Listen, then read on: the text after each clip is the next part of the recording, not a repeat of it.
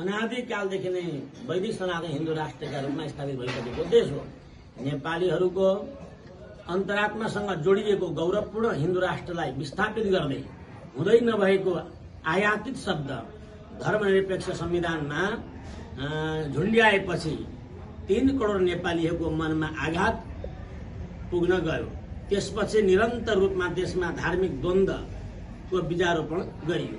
त्यसैको नमिठो प्रभाव देशमा छत्ताछुल्ल हुन पुग्यो। फलस्वरूप आज नराम्रोसँग मुलुक धार्मिक र राजनीतिक द्वन्द्वमा फँसेको कुरा सबैमा सर्वविदितै छ। प्रिय पत्रकार बन्धुहरू, यो नव वर्षारम्भ सहित करोडौं नेपाली जनताको जनभावनालाई सम्मान गर्दै अगाडि बढ्ने सत्कार्यमा नेपालका राजनीतिज्ञहरू, विभिन्न पार्टीका नेताहरू, राजनीतिक संघ संस्थाहरू एवं हिन्दू राष्ट्र स्थापनार्थ अहोरात्र खटिएका राष्ट्रभक्त राष्ट्रवादी सबै पक्षसँग बसे वार्ताका माध्यमद्वारा छिट्टै समस्या समाधान गरी देशलाई द्वन्द्व र हिंसामा जानबाट जोगाउन सम्पूर्णमा आग्रह गर्दछौँ। किनभने पहिला माओवादी द्वन्द्वकाल नेपालमा जसरी भित्रियो त्यसलाई हामीले वास्ता नगरेर के गर्छ यो साना समुदायले, यो सानो झुण्डले के नापिहाल्छ र हामीले के गर्न सक्छ, हामी त शक्तिमा शासनमा बसेको छौँ भनेर उपेक्षा गर्दाखेरि विकराल रूप लियो। नेपालमा 10 वर्षमा भयङ्कर आन्दोलन भयो। यसकारणले यो भर्खर राष्ट्रवादीका रूपमा जन्मिएको एउटा शक्तिलाई उपेक्षा गरेर हामी अगाडि बढ्ने राष्ट्रले हिम्मत गरो, साहस गरो, उपेक्षा गर्दै गयो भने यो भोलि फेरि विकराल रूप लिएर फेरि उही अवस्थामा नेपाली जनता नेपाल पुग्ने अवस्था हुन्छ। त्यसैले त्यसलाई सजग हुन, राष्ट्र बनोस् भन्ने कामना हामीले यहाँ गरेका छौँ, जोगाउन सम्पूर्णमा आग्रह गर्दछौँ। त्यसै गरी विश्वका 1 अरब 10 करोड विश्वमा रहेका 1 अरब 10 करोड हिन्दूहरूको साझा आस्था र गौरवको राष्ट्र, विश्वको एकमात्र सनातन हिन्दू राष्ट्र नेपालको स्थापना गर्न राष्ट्रिय सहमति पूर्वक नेपाली जनताको आस्थालाई युगान्तसम्म अमर राख्ने काममा सरकार तथा सम्बन्धित सबैको साझा मिलनबिन्दु बनाउँदै राष्ट्रिय सहमतिका साथ देश अगाडि बढोस् भन्ने शुभेच्छा हामी प्रकट गर्दछौँ। जगद्गुरु पीठले नेपाल सरकारलाई र अहिले द्वन्द्वमा निक्लेका हिन्दू राष्ट्रको अभियानमा लागेका राष्ट्रवादी सबै एक ठाउँ बसेर नेपाललाई कसरी निकास दिने भन्ने कुरामा अहिले सचेत भएर सोचोस् भनेर हाम्रो पीठले पहिलेदेखि पनि भनेको थियो र अहिले पनि यो सरकारलाई आग्रह गरिरहेको छ। र अन्त्यमा आज मिति 2072 साल वैशाख 1 गते नव वर्षको आरम्भको 82 सालको नव वर्ष 1 गते नव वर्षको पुनित अवसरमा सम्पूर्ण नेपालीहरूमा सुख, शान्ति, समृद्धिको उज्यालो किरण घर घरमा प्रवेश गर्न सकोस्, साथै हिंसा, हत्या, आतंक रहित नेपाली जनताहरूको मुखमा हँसिलोपनको सर्वत्र आवास अनुभूति हुन सकोस् भन्ने भगवान श्री पशुपतिनाथसँग प्रार्थना गर्दै नव वर्षको शुभ बिहानीसँगै सबै नेपालीहरूमा हार्दिक मङ्गलमय शुभकामना व्यक्त गर्दछौँ।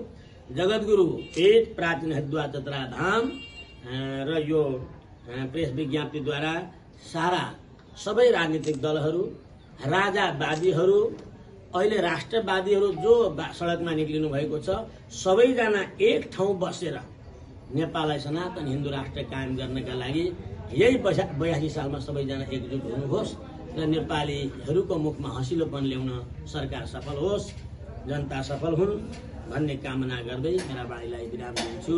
र पत्रकार बन्धुहरूले यति टाढाबाट आइदिएर यो नव वर्षको शुभकामना सहित नेपाली जनता र अहिलेको सामाजिक स्थितिलाई देखेर कसरी जानलाई जगद्गुरुले कसरी वैदिक सनातन धर्मको सर्वोच्च निकाय जगद्गुरु भएको कारणले जगद्गुरु पिटिकै बोलेन।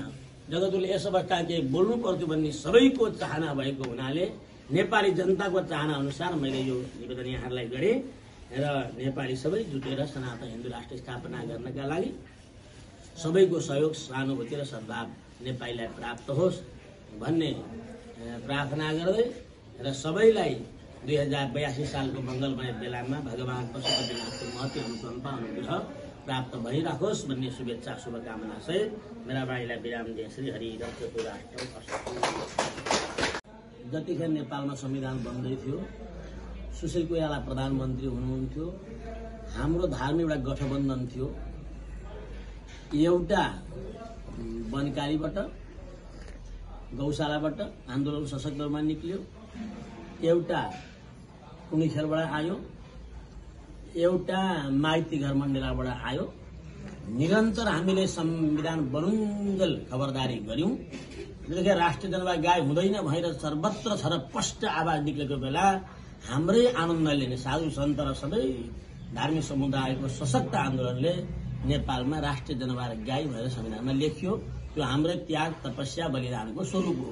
त्यतिखेर असुर ग्यासदेखि, पानीका फोरादेखि, हाम्रा अभियन्ताहरूलाई लाठी चार्ज गर्नदेखि लिएर कुनै पनि कसरत गर्न सरकारले बाँकी राखे।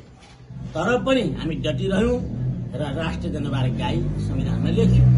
दोस्रो कुरो, राष्ट्रिय झण्डा यो हुँदैन, फेर्नुपर्छ भन्ने भयंकर ठूलो त्यतिखेर बहस चलेको थियो। त्यतिखेर हाम्रो आन्दोलन चलिरहेको थियो। त्यही आन्दोलनका बेला त्यही आन्दोलनले राष्ट्रिय झण्डा बचाएको।